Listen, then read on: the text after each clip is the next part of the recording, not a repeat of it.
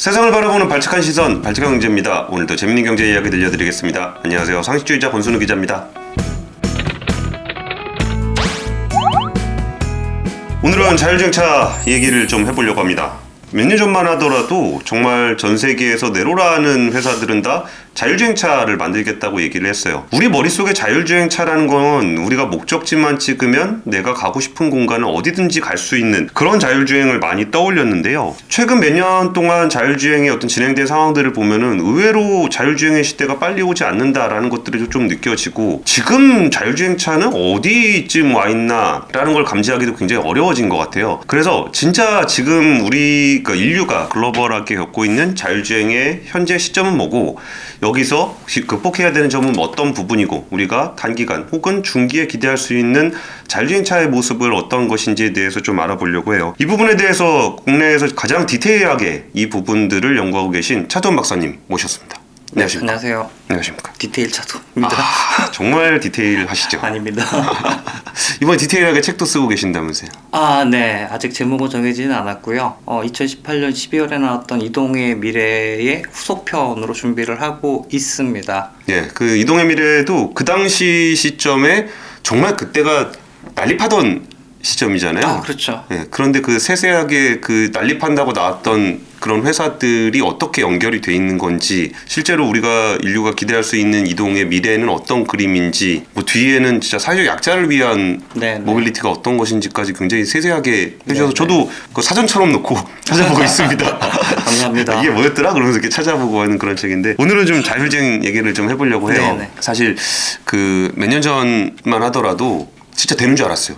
진짜요? 네, 그냥 아니 봐도 된다 그러니까 거기다가 막 몇백 주짜리 회사가 막 만들어지고 뭐 그래가지고 맞아요.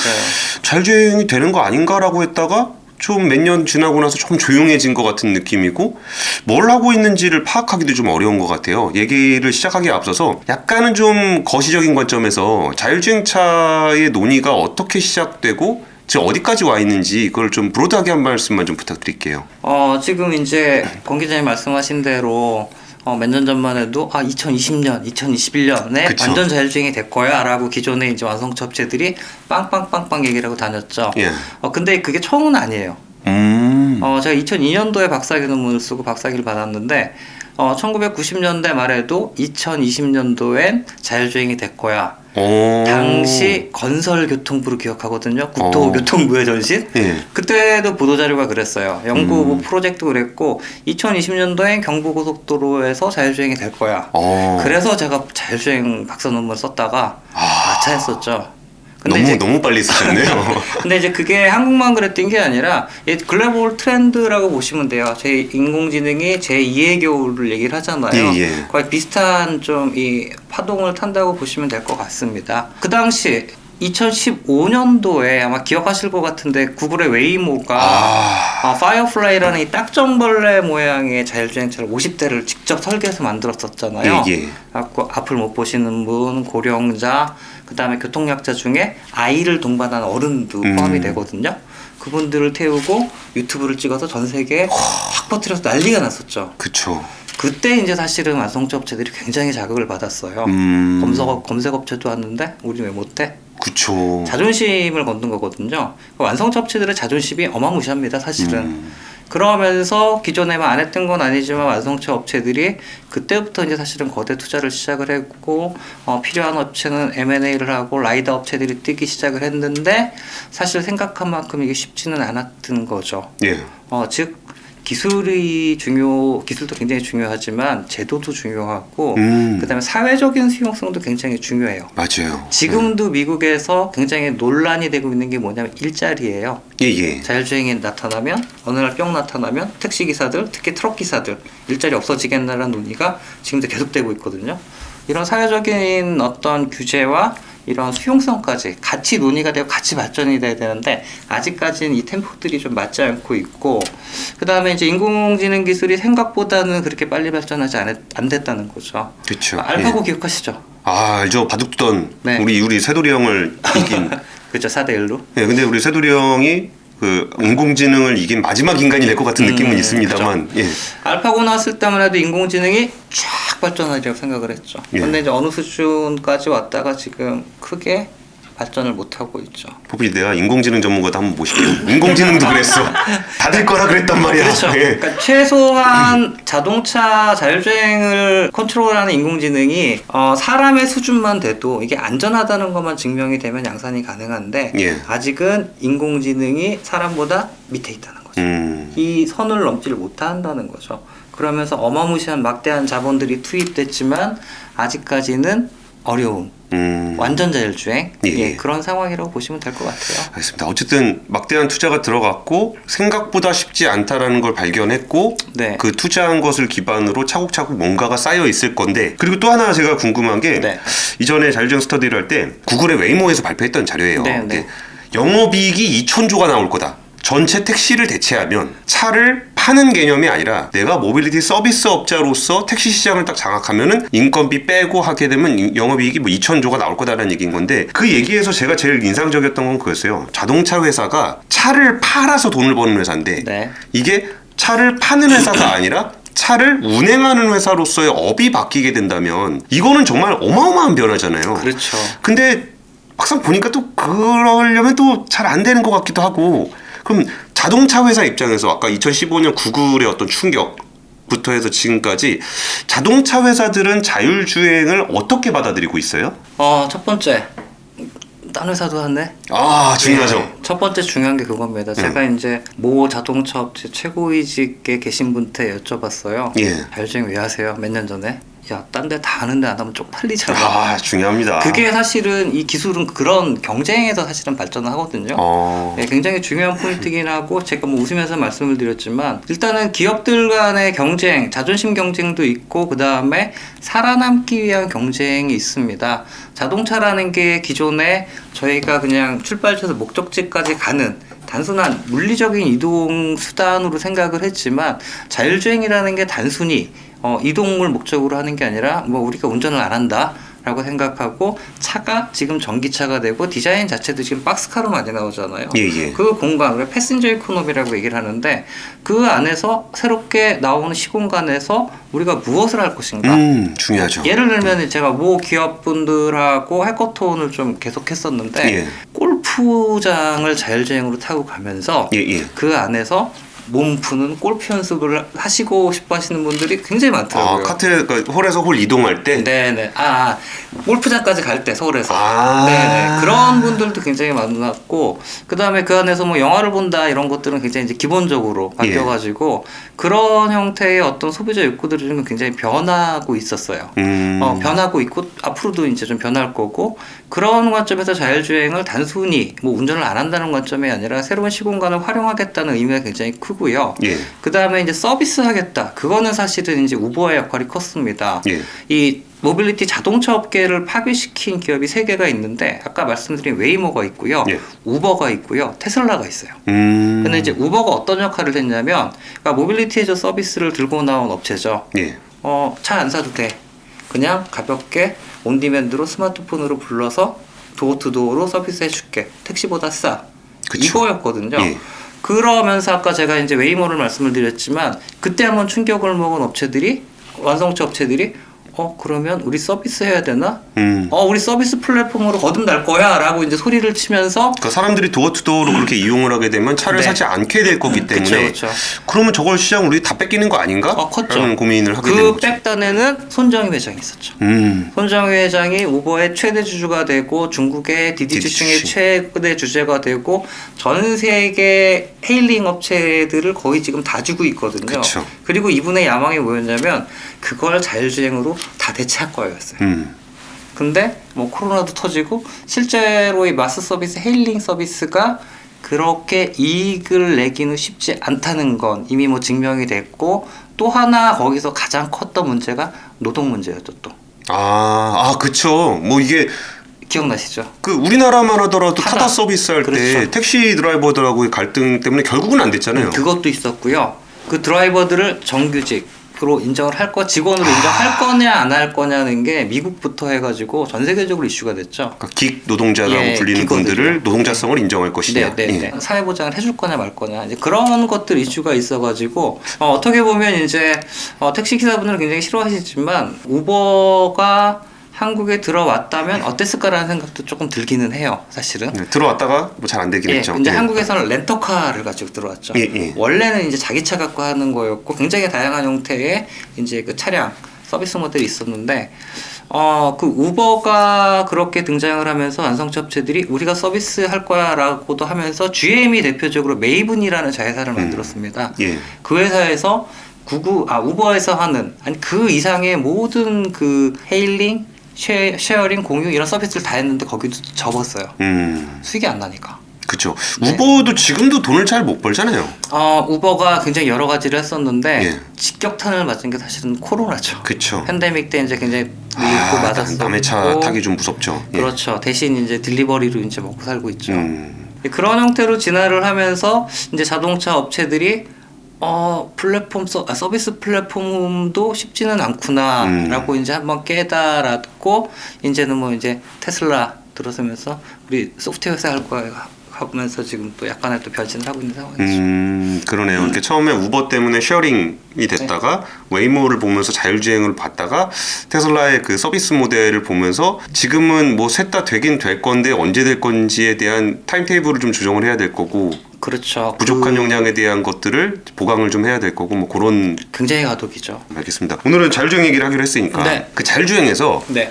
그 시청자분들도 그렇고 저도 그렇고 제일 궁금한 부분이 그 테슬라는 보통 그 자율주행 그 심사표 매겨 보면 맨날 꼴등이잖아요. 사람들이 느끼기에는 자율주행을 제일 잘하는 회사로 그렇죠. 보이고 다른 회사들이 하고 있는 자율주행하고 테슬라가 하고 있는 자율주행은 뭐가 다른 거예요? 테슬라 같은 경우는 오토파일럿을 들고 나왔죠. 예. 그러니까 다 아시겠지만 오토파일럿을 들고 나왔고 다른 회사들 같은 경우도 이제 다른 회사라면 이제 두 개의 군으로 나눌 수 있을 것 같습니다. 예. 이제 웨이모처럼 자율주행 레벨 4부터 시작한 회사, 레벨 4, 레벨 5만 이제 하겠다는 회사가 있고 아예 로봇으로 가겠다는 그렇죠. 회사죠. 로보택시 개념으로 가겠다는 데가 있고 완성차 업체 같은 경우는 차근차근 레벨 2, 3, 4, 5로 가겠다는 전략으로 가고 있잖아요. 예. 그러면서 이제 가장 큰 차이가 뭔지 아시죠? 좀 모릅니다. 라이다. 라이다. 네네. 라이다를 이제 완성차 업체들은 거의 100% 다 사용을 하고 있고 예. 테슬라 같은 경우에는 이제는 이제 레이다도 빼버리고 라이다는 원래 없었고요. 카메라만은 가지고 굉장히 라이트하게 예. 인공지능 베이스로 그들의 이제 반도체나 이제 컴퓨팅 파워를 가지고 이제 하고 있는데 가장 커다란 차이는 저는 안전에 대한 관점이라고 봅니다. 오히려 안전에 대한 관점이 다르다는 네네. 거예요? 네. 그 완성차 업체들 같은 경우는 무조건 세이프티 퍼스트예요. 세이프티 퍼스트고 전 세계의 규약을 지켜야 되고 그걸 안 지키면 큰일 난다고 생각을 하고 그 고정관념과 그 틀에서 벗어나질 못하고 있거든요. 예. 어떻게 보면 이게 맞아요.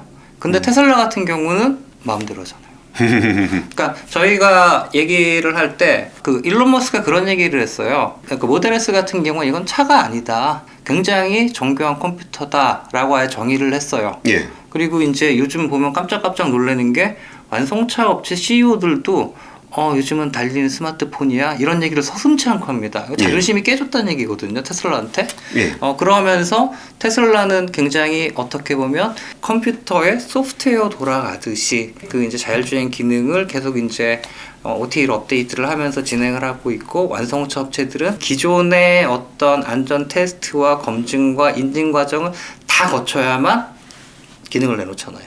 그 차이죠. 하드웨어와 소프트웨어 업체의 어떤 프로세스 차이. 근데 이제 그 프로세스 장벽을 기존의 업체들은 넘지를 못하고 있고 테슬라는 이게 어떻게 규제는 하고 싶은데 뭔가 좀 태클을 걸 만한 규제는 없고 그러다 보니까 이제 굉장히 커다란 차이를 보이고 있는 거죠. 근데 그게 라이다를 안 쓴다는 거가 기술적으로도 좀 차이가 많이 나는 거 어떤 좀 방향이 다른 거예요? 어떤 라이다 같은 경우는 360도 스캐닝을 하면서 가장 이제 HD 맵과 이제 매칭을 시키면서 굉장히 좀 안전하게 간다라는 이제 개념을 가지고 있고 예. 테슬라 같은 경우에 이제 그들의 뭐 인공지능 기술이 굉장히 뛰어나다고 이제 알려져 있고 그 전에 그 인공지능은 데이터가 굉장히 중요하잖아요. 예. 저희가 이제 어노테이션이라고 부르는 부분, 예를 들면은 이게 마이크다. 예. 뭐 이게 어떻게 보면 빵이다. 이게 해시태그 걸어가지고 다 이제 이거를 그 판별을 해가지고 인공지능에 재료로 넣어주잖아요. 인풋으로. 그런 전문 인력이 1000명이 넘어요. 정규직으로. 예. 근데 이제 보통 웬만한 완성차 업체들은 대부분 외주 처리를 하거든요. 그렇죠. 그러니까 이게 이른바 라벨링이죠. 네, 그러니까 라벨링이죠. 이게 마이크다라고 하면 여기다가 마이크 이렇게 그렇죠, 쓰는 그렇죠, 건데 그렇죠. 이 마이크 저 마이크가 있을 때 거기다가 마이크를 붙이는 건데 네. 여기서 라벨링을 한다라는 건 사실 그거 되게 노가다 노가다기도 하지만 굉장히 식별하기 어려운 정교한 사실은 그 이미지나 데이터들도 있잖아요. 그쵸. 그런 것들을 이제 굉장히 잘 처리한다고. 이게 외주를 맡기게 되면은 그분들은 이 데이터가 왜 필요로 하는 건지에 대한 인식이 아무래도 좀 상대적으로 낮을 수밖에 없으니까 오히려 정규직에서 우리 회사가 이거를 마이크라고 구분을 하려고 그러는 이유가 이거라면 여기에 대한 라벨링은 이렇게 붙여야 돼라는 것을 그 라벨링을 하시는 그 1000명의 인력들이 다 동일한 방향을 보고서 함께 움직이니까 양질의 데이터가 만들어진다는 그렇죠. 거죠. 즉 수정하는 시간이 굉장히 짧아진다. 수정할 필요도 없을 수도 있죠. 그런 어떤 프로세스. 그러니까 테슬라가 소프트웨어 업데이트하는 시간이 굉장히 빠르잖아요. 예. 이것도 마찬가지라고 보시면 되죠. 일단은 테슬라 같은 경우는 데이터 누적량이 또 어마어마하죠. 물론 데이터 때문에 문제가 생기기도 했죠. 중국에서도 문제가 생겼던 게 테슬라가 카메라로 자율주행하잖아요. 예. 그래서 밖에 이제 외부 데이터를 인식을 하는데 그것마저 이제 다 가져가니까 중국에서 한번 난리가 났었는데 그 방대한 양의 데이터를 가지고 계속 끊임없이 트레이닝을 시킨다는 게 딴 회사로서는 감히 생각을 못했던 일이었거든요. 그리고 기존의 회사들은 그러면 개인정보 처리 이런 걱정부터 하잖아요. 테슬라는 그런 거 거침없잖아요. 일단 저질러보고 뭐라 하면 뭐 대응하지. 그러다 보니까 그런 스타트업 일론 머스크 스타일이죠. 머스크 스타일. 그럼 이 정도 차이가 좀 있는 것 같고 그러면 머스크의 방식은 이제 레벨을 떠나서 네. 그냥 그 인공지능 수준을 되게 높여가는 방식이기 때문에 시간이 지나면서 진화하고 있는 거고. FSD도 지금 6만 명이 타고 6만 있더라고요. 전 세계 자율주행차 대수가 파악은 되고 있지는 않은데 미국이 이제 레벨 4, 5가 한 2,000대 정도로 추산이 됩니다. 와, 30배가 많은 거네요. 네. 저희가. 와. 저는 이제 그 대수들을 확인하는 순간 아차 싶더라고요. 알겠습니다. 그럼 테슬라 방식은 이런 거고 우리는 오히려 자동차 회사들 집중하고 있는 방식으로 갈 네. 건데 일단 정의부터 좀 하고 넘어갈게요. 네. 그 레벨 2와 레벨 3 지금 네. 가장 핫한 분야는 레벨 3일 건데 그쵸. 그 2, 3의 차이는 뭐라고 좀 보면 돼요? 운전을 하잖아요. 예. 운전을 하는데 이제 2는 운전자 보조 시스템이에요. 예. 그러니까 운전자가 앞을 봐야 되고 저희가 이제 비주얼 디스트랙션이라고 얘기를 하는데 운전을 하기 위한 주요 이제 시야를 확보를 해야 되고 물론 이게 이제 차가 알아서 가고 있지만 이 휠에 손을 얹고 있어야 됩니다. 비상 사태에 대응을 이렇게 해야 돼요. 예. 근데 3는 핸즈 프리예요. 놔도 돼요. 놓고 인포테인먼트에 있는 영화 좀 봐도 되고요.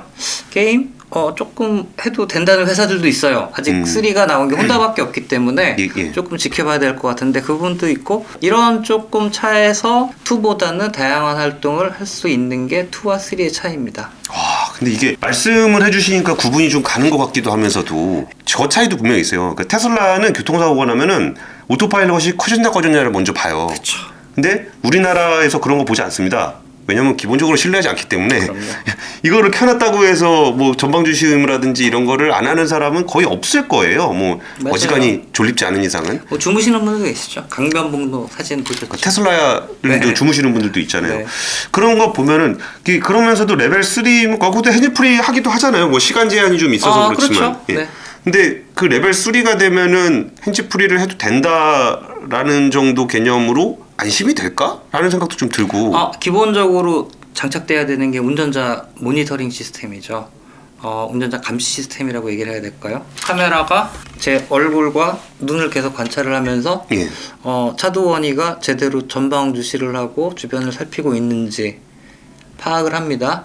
그 다음에 레벨 3가 아무 데서나 테슬라처럼 활용할 수 있는 게 아니라 정해진 구간에서만 할 수 있고 UN 규정에 따라서 시속 60km까지만 아쉽지만 활용을 할 수 있어요.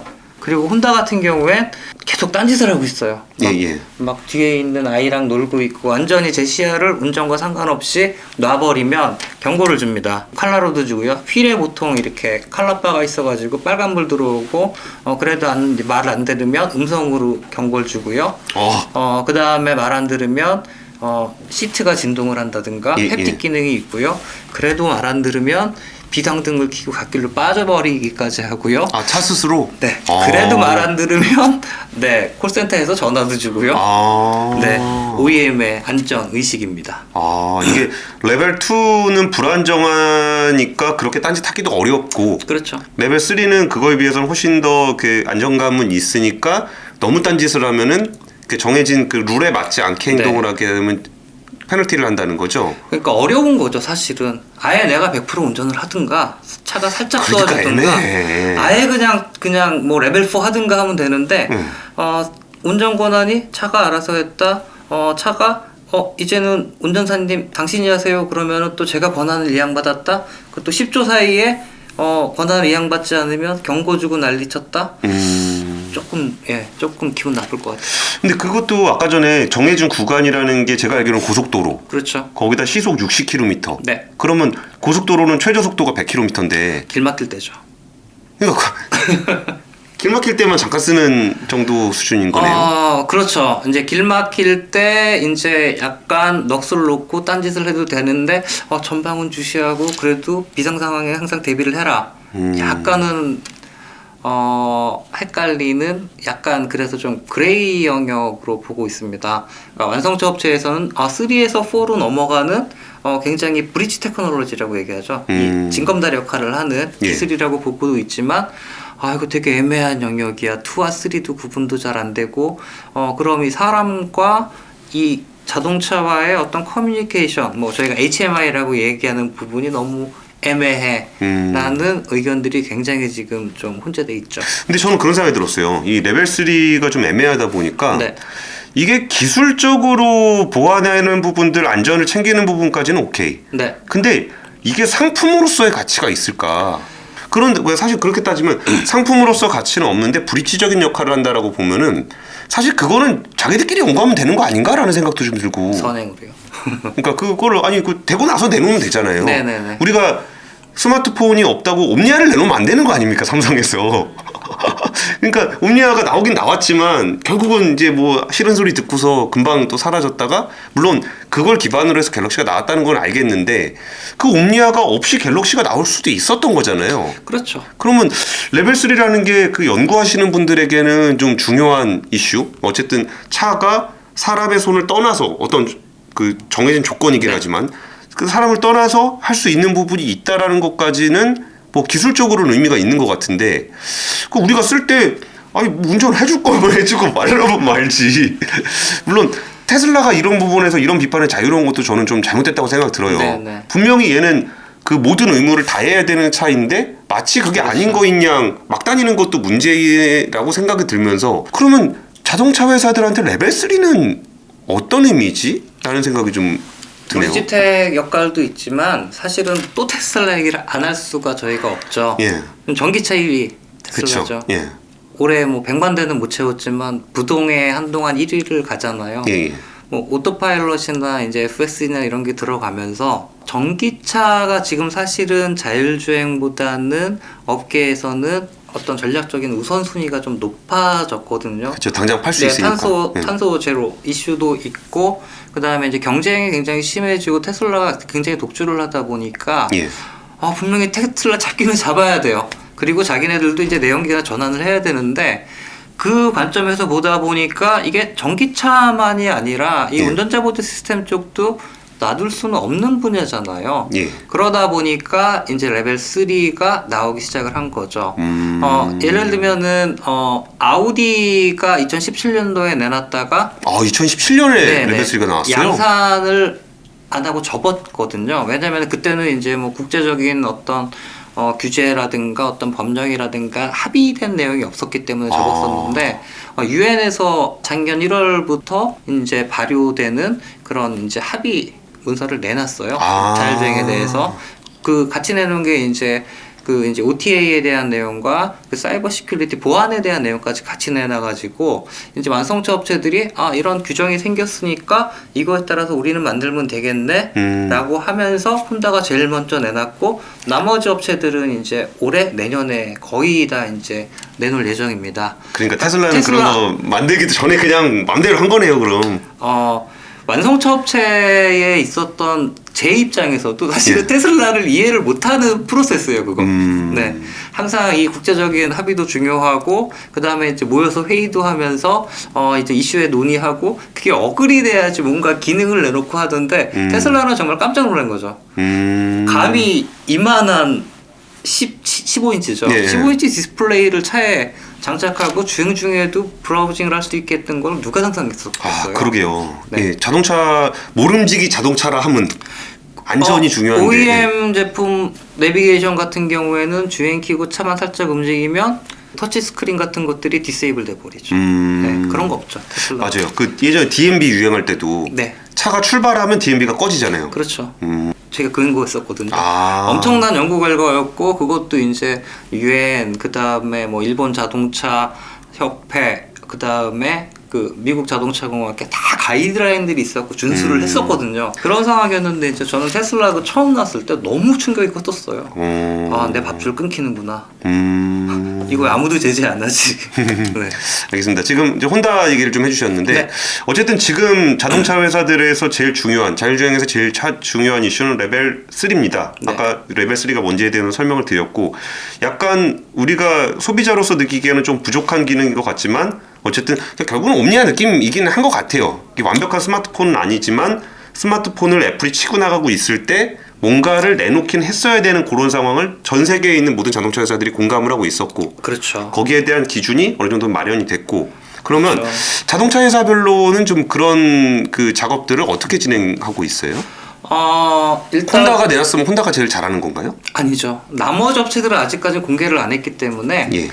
확인을 할 수는 없습니다. 그리고 혼다 자체도 레전드죠. 레전드를 리스 형태로 내놨어요. 레전드 차 이름입니다. 네, 네, 네, 예, 네. 혼다가 레전드다 이 얘기가 아닙니다.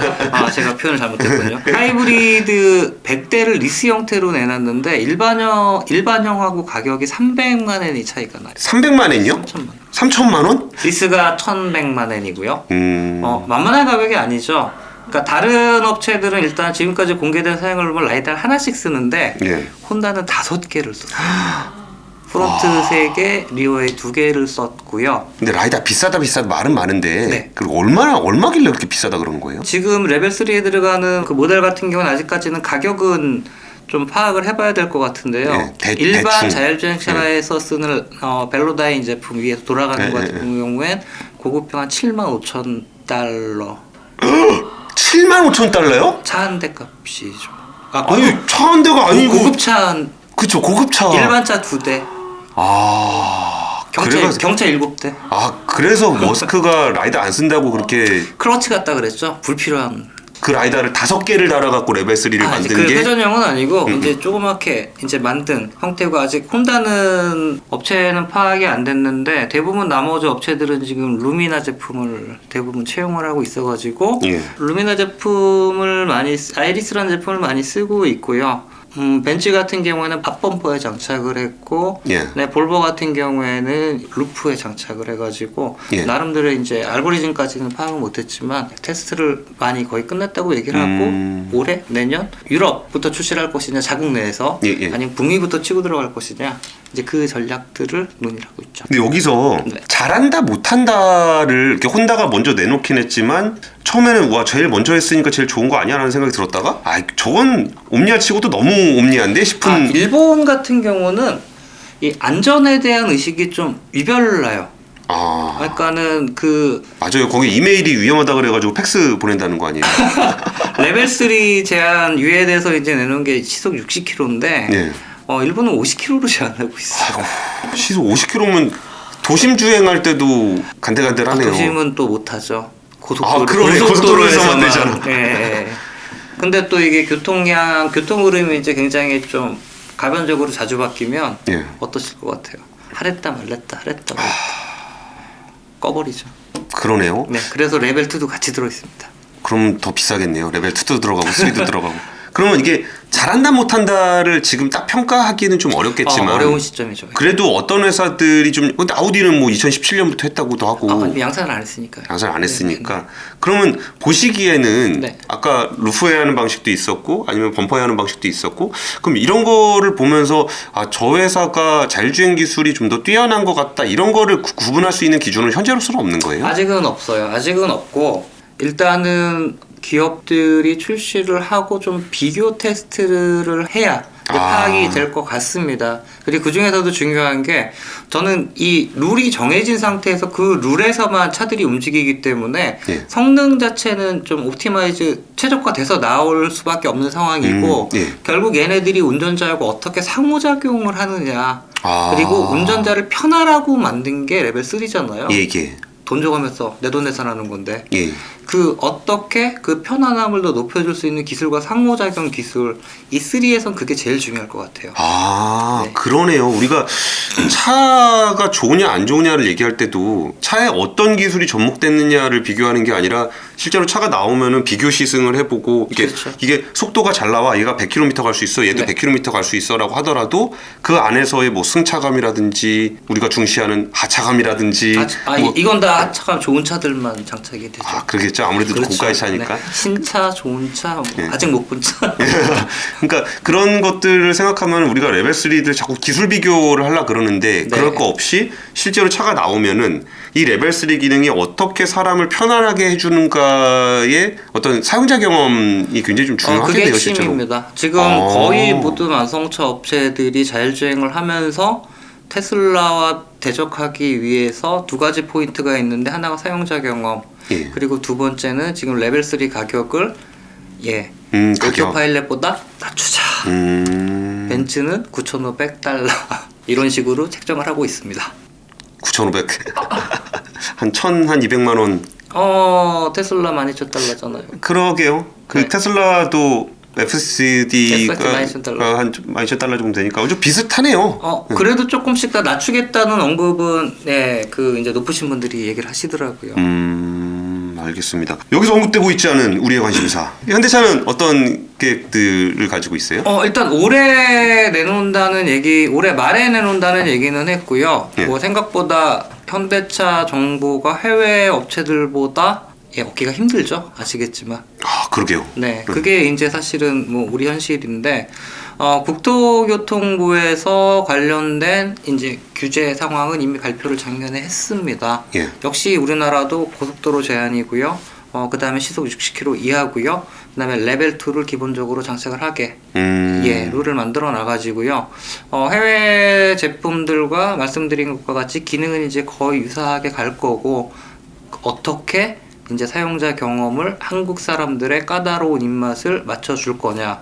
그 다음에 테슬라 유저들과 어떻게 이제 또 테슬라와 비교가 될 거냐. 그쵸. 그게 이제 저는 포인트라고 봅니다. 오히려 저는 지금 말씀해주신 것 중에 되게 그 부분이 인상적인 것 같아요. 네. 그 레벨 3다, 내가 레벨 3 차다라고 내놓는 게 중요한 게 아니고 실제로 그 차가 나왔을 때 사용자가 써보고 이게 편하구나라고 느끼게끔 해주는 거. 그 그쵸. 말씀대로 안전을 중시하다 보니까 기준이라는 거는 거의 동일하게 맞춰놓은 거고 최소한 이만큼은 해야 네. 된다.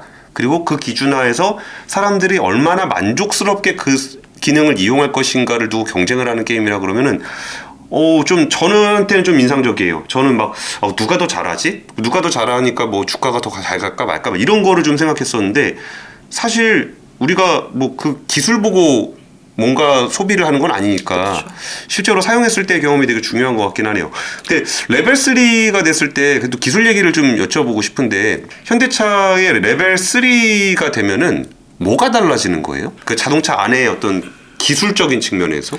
말씀드린 것과 똑같아요. 그러니까 지금 레벨 3는 표준이 있는 상태에서 만드는 거잖아요. 예. 그 표준 내에서 다 표준을 준수를 하고 만드는 거기 때문에 근데 통합 제어기 같은 거 뭐 새로 바꾸고 뭐 그런 거는 그거 이제 현대차가 이제 통합 제어기 만들고 있죠. 그건 이제 레벨 3하고 만드는 것을 레벨 4하고 쭉 연계를 해서 만드는 거고 예. 지금 대부분의 레벨 3 제품은 기존에 개발하고 있던 레벨 4 제품과 같이 개발하고 있기 때문에 그래서 아까 제가 이제 브리지 테크놀로지라고 좀 말씀드린 겁니다. 아, 3, 4를 같이 개발을 한다고요? 이걸 완전히 분리해서 개발할 수는 사실은 없잖아요.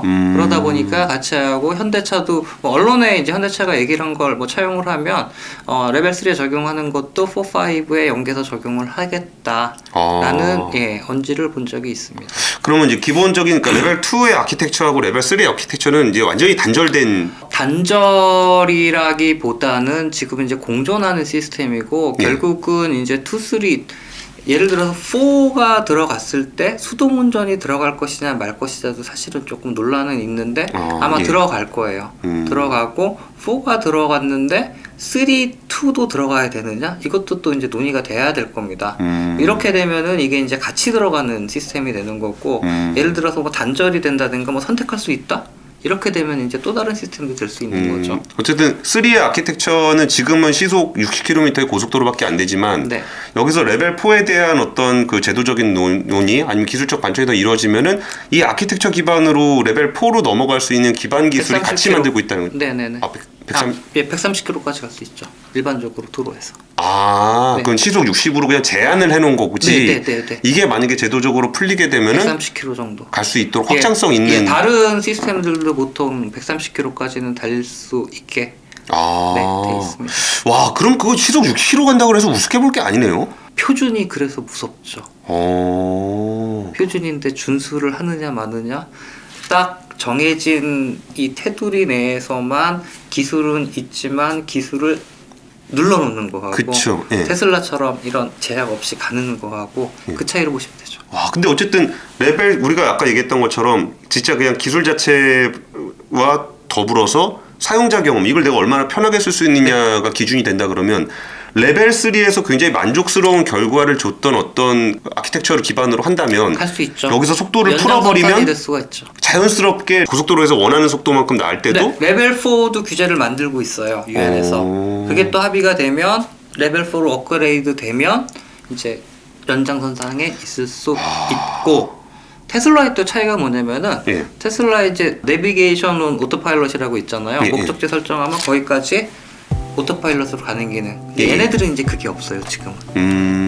내비게이션 그 목적지 찍어서 바로 가는 거. 그 차이가 아마 테슬라와 비교의 핵심 포인트가 될 겁니다. 테슬라는 그런 거 안 지키고 잘하는데 자동차 회사들은 그거 지킨다고 아무것도 못하고. 그쵸. 이게 그쳐라고밖에 대답을 할 수가 없어요. 그러네요.